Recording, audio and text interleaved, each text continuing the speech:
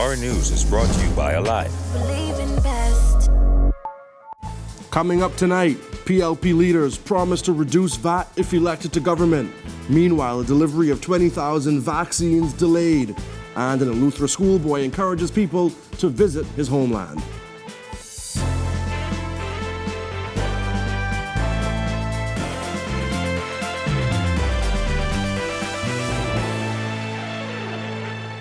Welcome to Our News, and thanks for joining us. I'm Jared Higgs. Topping news tonight, if elected, a progressive Liberal Party government would reduce value-added tax to a rate of 10%, according to the party's deputy leader.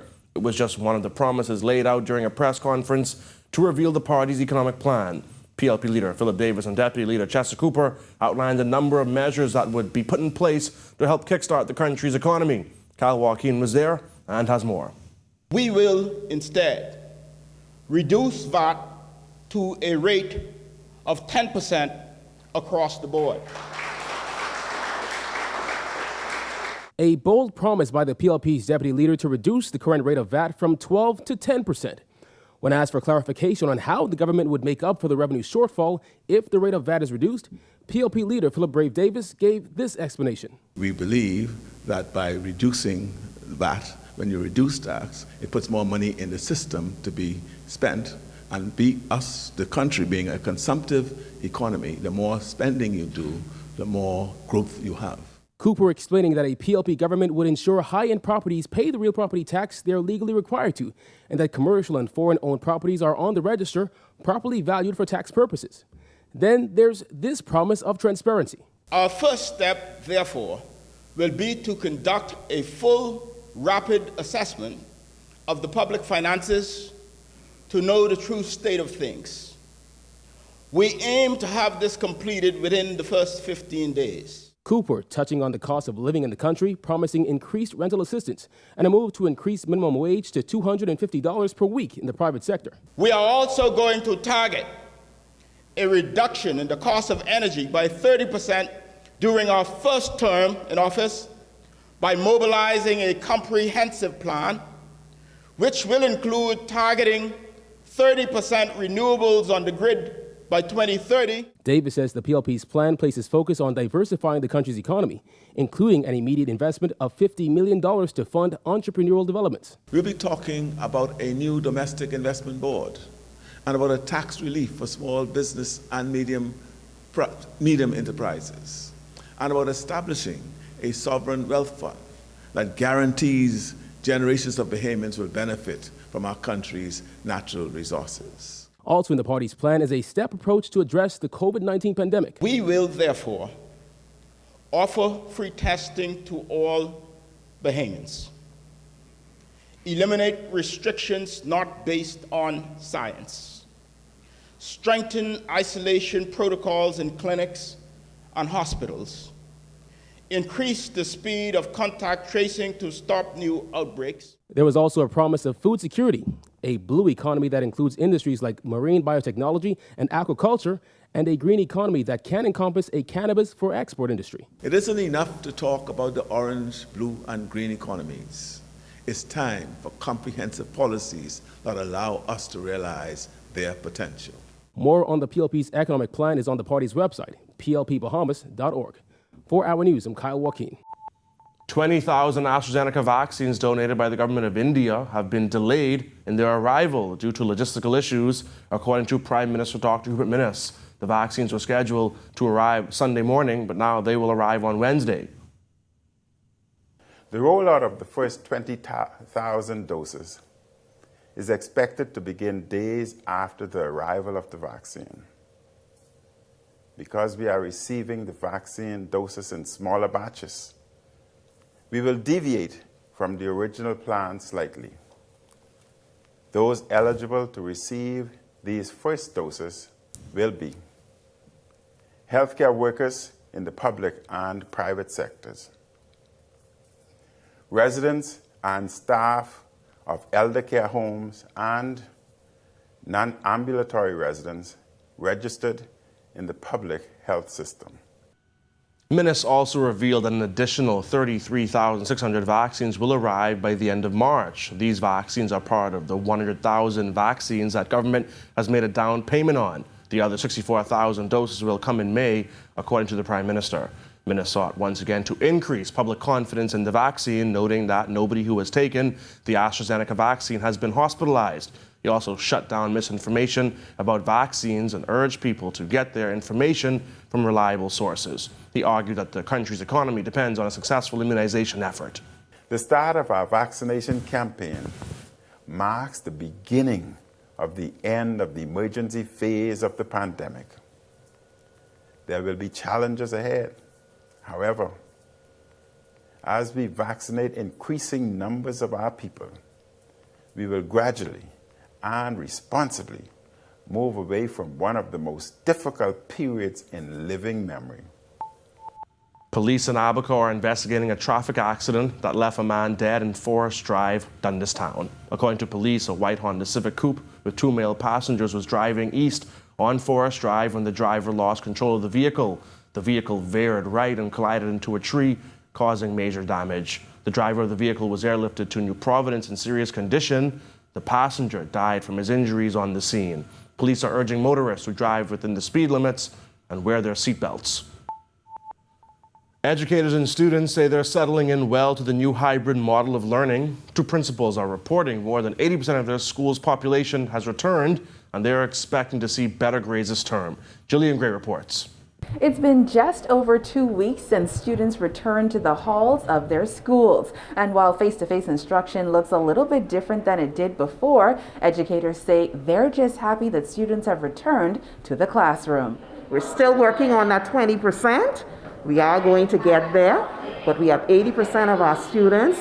They are excited, especially our grade ones, because as you know, this is really their first formal school setting. And so we have had rave reviews from our parents. All of our safety protocols are in place from the gate. Schools are operating at 50% capacity, which means students alternate days and use a hybrid model of learning. Principal of Eva Hilton Primary School, Jermaine Butler, says face-to-face instruction is the gold standard as it produces more effective learners with fewer distractions than a virtual environment. He says he's expecting better grades as a result of the shift.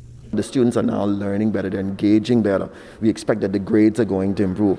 We expect that socialization is going to improve, of course, and it's less stress on the parents because, we were going into the parents' houses and we're making them a bigger partner in terms of teaching, and that's not their, profession and so on and so forth. So it gives them some relief.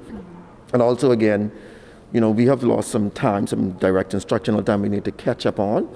And so to have the children back face-to-face is wonderful, and the parents have been receptive to it, so as the teachers, and so it's a much better learning environment. Intervention groups were created when some students had difficulty learning virtually. Those students go to school for an additional day, have a special schedule, and increased focus on core subjects. Boredom set in for a lot of the children, distraction has been magnified. And so some of our kids that can use a little bit more sharpening, not just the kids that might be challenged, but also the sharper kids, they need to remain sharp.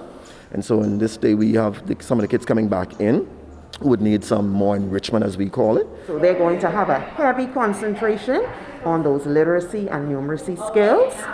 And like I said, they have the additional day, and so we have our strategies in place that we're going to use to help them so that we can see that if we can close the learning gap that currently exists. Despite having to wear a mask all day and follow new guidelines for kindergarten, student Jonathan Udin says school is where he loves to be. Have you been enjoying school? Yes, Mom. What's your favorite part of school? My favorite part of school is learning the lessons. Oh, what's your favorite lesson? Learning the words. While these students say virtual was not that bad, they agree that face-to-face is preferred. It feels good, fun. I love my new teacher. School is a lot more fun than virtual. What's your favorite subject? Social studies. Why is it social studies? Because I can learn more about my culture. Reporting for Our News Weekend, I'm Jillian Gray. So to come on Our News, two party deputies clash, And an MP says she's confident in re-election. Stay with us.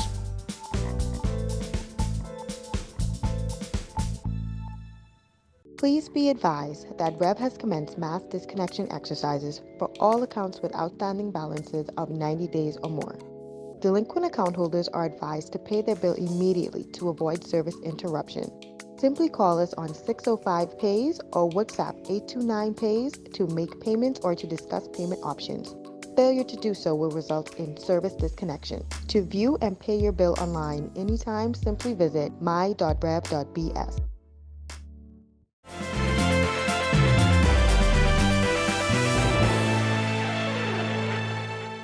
Deputy Prime Minister Desmond Bannister is accusing Deputy PLP leader Chester Cooper of living in a fantasy world after Cooper slammed the minister's administration over its mid-year budget.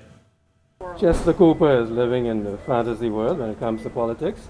I want you all to start getting to know the name Jenny Isaacs-Dotson, so she's going to be the next MP in Exuma. Earlier this week, Cooper slammed the Prime Minister's mid-year budget communication as a poorly crafted fantasy that sought to spin the fact that the country is facing perilous times. During a press conference in the minority room at the House of Assembly, Cooper, supported by members of the PLP's parliamentary team, called it unfortunate that nothing new was presented to the Bahamian people. Cooper projected that the country is headed for another record fiscal deficit that could near $2 billion out of plan to increase revenue prospects. Member of Parliament for West End and Bimini, Pakeisha Parker Edgecombe, expressing confidence going into the next general election, telling reporters this week that she feels pretty secured. I feel pretty secure going into the elections for West Grand Bahama and Bimini, and it's always going to be about community for me. Parker Edgecombe defeated political veteran Obie Wilchcombe by some 200 votes in the 2017 general election. She was one of many incumbent candidates ratified by the Free National Movement in recent weeks. She was also asked if she aspires to be the country's first female prime minister. I can never say that. I will work unto God. I will continue to do my best, and whatever God and the Commonwealth of the Bahamas sees fit for me, I look and will definitely work towards that. But no, my ambition is not to necessarily be the first female prime minister. I look forward to what God has to offer, what the community allows me to offer. When our news comes back from the break, top health officials predict a long-term vaccine shortage and many Bahamian children still struggling with obesity. We've got these stories when we return. Make sure and join us with your family for the next episode of Goombay Kids, which is all about entrepreneurship.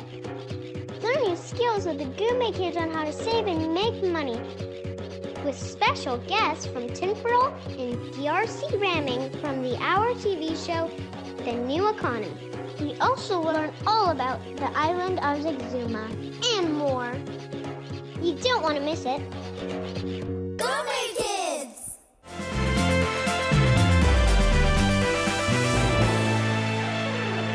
Welcome back.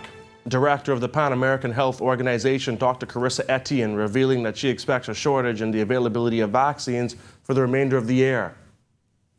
We expect that the world will continue to face a shortage of vaccines for much of 2021. There are simply not enough vaccines to go around right now, and the limited amounts that are available are not being distributed equitably. Wealthy countries are rolling out vaccines, while many nations have yet to receive a single dose. This disparity harms our principles of solidarity, but more than that, it is a self-defeating strategy. The slow pace of vaccine distribution makes it more likely for new COVID-19 variants to emerge, according to Etienne. As long as COVID-19 endures in one part of the world, the rest of the world can never be safe. And the longer we allow virus to spread, the greater the risk that more dangerous variants emerge, which could complicate control efforts. And so that's why it's vital to accelerate access to vaccine doses for all countries, not just the ones with the most money. According to Etienne, new vaccine candidates are currently being reviewed by the World Health Organization. Every country in the world has grappled with shortages of some kind or the other of essential medical supplies, medicines, diagnostic tests, personal protective equipment, and even oxygen. We face the same challenge today with vaccines. Manufacturers are working around the clock to produce more doses, and new vaccine candidates are being reviewed and included in the WHO emergency use listing, so that more vaccines will hopefully be available soon. The Bahamas is one of the most obese countries in the CARICOM region, with what the Caribbean Public Health Agency calls an alarmingly high prevalence of overweight and obesity in children ages 5 to 9 years old. According to CARPHA, the Bahamas has the highest prevalence among children in the region at 39.5%. In fact, the prevalence of obesity in Caribbean children is 2 to 3 times higher than the rest of the world. World Health Organization Director General Dr. Tedros Ghebreyesus raising the alarm of the growing rate of obesity in children. Children with obesity are more likely to experience anxiety, depression, and bullying, which can lead to a vicious cycle. According to the WHO, the prevalence of obesity among children has more than doubled in the past 2 decades. In adults, obesity around the world has nearly tripled since 1975. Dr. Tedros says the COVID-19 pandemic has not made the fight against obesity any easier. COVID-19 has underscored preyed on people with obesity, who are more likely to be hospitalized and have a higher likelihood of severe disease and death. At the same time, the pandemic has made combating the obesity epidemic even more difficult. Dr. Tedros says the pandemic has made it more difficult for people to engage in physical activity and access nutritious food, while it has also heightened psychological distress. World Obesity Day was commemorated on March 4th, noting that everybody needs everybody. When our news comes back from the break, we've got a check on sports with Marcellus Hall. Stay with us.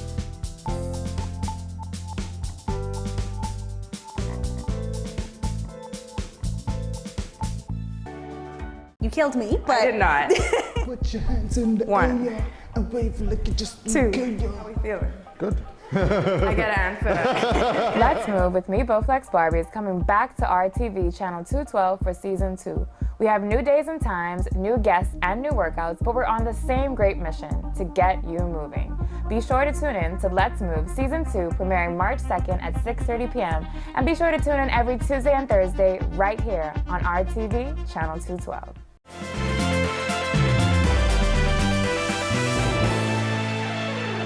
It's time for a check on sports with Marcellus Hall. What's going on, Marcellus?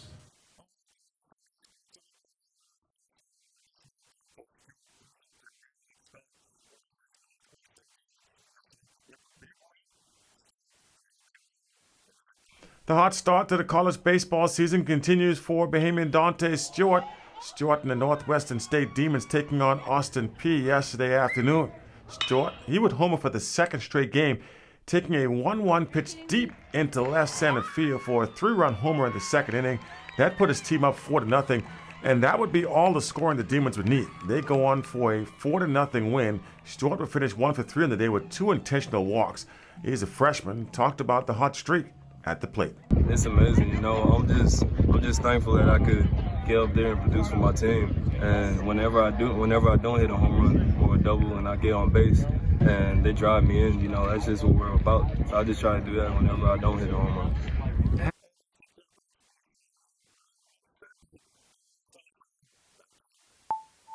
A 4th grade student at Wims Bight Primary School in Eleuthera is encouraging people to visit the island through a video he did for a school project. Oh, Eleuthera, my Eleuthera, the land of freedom. Come, let me take you on a tour. If ever you are thinking of a great getaway, you should visit this 110 miles long, 1 mile wide island of pure greatness. Come take a load off and stay at the Cape Eleuthera Resort and Marina, La Bougainville, or many of our cottages and hotels throughout the island. Pyfram says one of the best features of Eleuthera is the food. While you are here, you must check out our restaurants where your taste buds will go in a frenzy when you try some Conky Conk fritters, a conch salad, stewed fish, pineapple tart, dumpling soup, or fried bari. That Barracuda looks tempting, but I might have to pass. Any good beaches over there? You can travel from the south to the north and visit the Lighthouse Beach, the Ocean Hall Park, Glass Window Bridge, and Preacher's Cave. Or take a nice walk on our tranquil pink sand beaches. I'll be sure to visit, bud. Thank you all for joining us for Our News Tonight. To catch Our News on the go, download the RevGo Play app. On behalf of the entire news team, I'm Jared Higgs. Have a beautiful evening, Bahamas.